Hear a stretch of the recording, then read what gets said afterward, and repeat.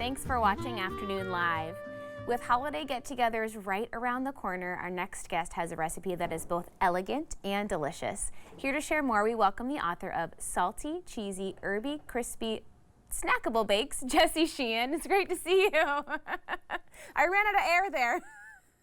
It's a real mouthful, and so I totally understand when people stumble on it or they leave out a word. It's just what happens. But all those words are so many of my favorite things. I love your savory bakes, so tell me about what you're cooking up for us today. Today we are making Gougères, which sounds so much fancier than they are, but they're basically just French cheese puffs, and they're really easy to make. The first thing you do is on the stovetop, you melt butter, non-fat milk. I like non-fat rather than whole milk. There is something about the using less fat, which helps the buns rise. And just so you can see, this is what we're making, these adorable little puffs. Those are so pretty, and they look very impressive. I would think that that takes a lot of effort to get them to puff up like that. Right? And to get that little cute puff, I like to use skim milk. But if you don't have it, you can use half whole milk and half water. So in a little pot, I have melted butter with that skim milk and salt and pepper. Once that comes to a kind of boil or simmer, like it has, I then add some flour that I now can't find, but I'm going to grab it right here. I grab a little flour. It's about a cup of flour, so this is really bold of me, but I'm going to imagine this is a cup. I'm going to put that right in there, and then you simply, and again, we'd be doing this on the stovetop, but you simply mix the flour into the melted butter and the milk and the salt and pepper until it forms a dough. And believe it or not, because you would think, oh my gosh, it's never going to form a dough. How can Jessie say that? She's tricking us. But believe it or not, it actually does. And this is really interesting. This is called choux pastry. And choux is the same dough or pastry that you use for like an eclair or a profiterole. So it's all in the same family. I love that, and that's that really puffy, light, flaky stuff. Exactly, and this is the savory version of all of that. So you kind of create a dough that looks a little like this. I, through the magic of television, have already prepared the dough and kept it warm in this little bowl so that we can get right into the recipe. So once you have the dough, which we just made, you would begin to add eggs. And I like to add about 1 egg at a time, although I might speed that up depending on how long it takes to incorporate. And basically, the eggs are what is going to give us all that lift once they're in the oven. So I like to add 1 egg at a time, just kind of moving through these pretty quickly. It's nice if the eggs are room temperature. It helps for everything in the dough to sort of come together really well if the eggs are room temp. So that's an important feature of these Gougères. And you'll notice that in the beginning, the mixture looks kind of sloppy and you're like, oh gosh, Jessie, what are you doing? It's never gonna work. And I've said that myself. But believe it or not, the more that you mix it, it eventually comes together into this beautiful dough that then you scoop onto. Oops, I'm getting so excited that I'm throwing dough around my kitchen, as one does. But I'm sort of, you'll see even now with 3 eggs, it's sort of begun to come together as a dough. I'm gonna add my final egg, which came from my chickens, by the way. Oh, fancy, look at you.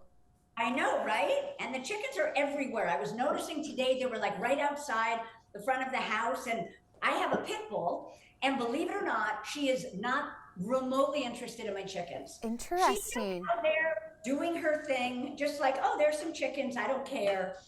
Which you might think, if you had a prejudice against pit bulls, you might think that that would cause a problem, but not for my dog. They're just neighbors. Exactly. So we have this beautiful dough. Now we're gonna add some cheese. Again, I call in this recipe for Gruyère, which is a French cheese. I call for that just because I'm kind of playing with this idea that it's a French pastry or a French puff, but you could use any cheese you wanted. If cheddar is your thing, you could use cheddar cheese, really whatever you wanted.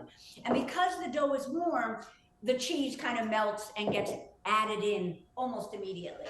Then we grab our trusty our trusty sheet pan. And I am really fond of a tool like this. I don't know if the viewers have these at home, but they are little portion scoops. They're not ice cream scoops, and they are so unbelievably helpful for making everything really uniform.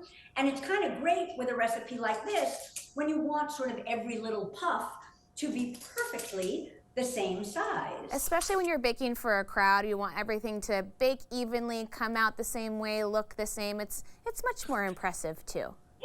Exactly. And they're great for cookies too.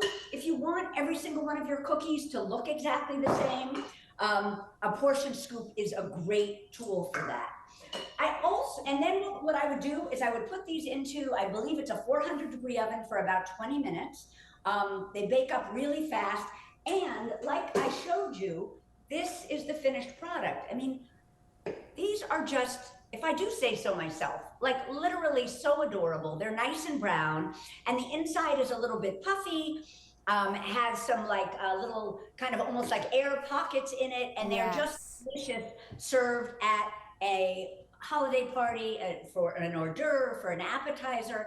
And I wanted to show you a few other things. Please, you have so many delicious things in front of you. I know, I went bananas.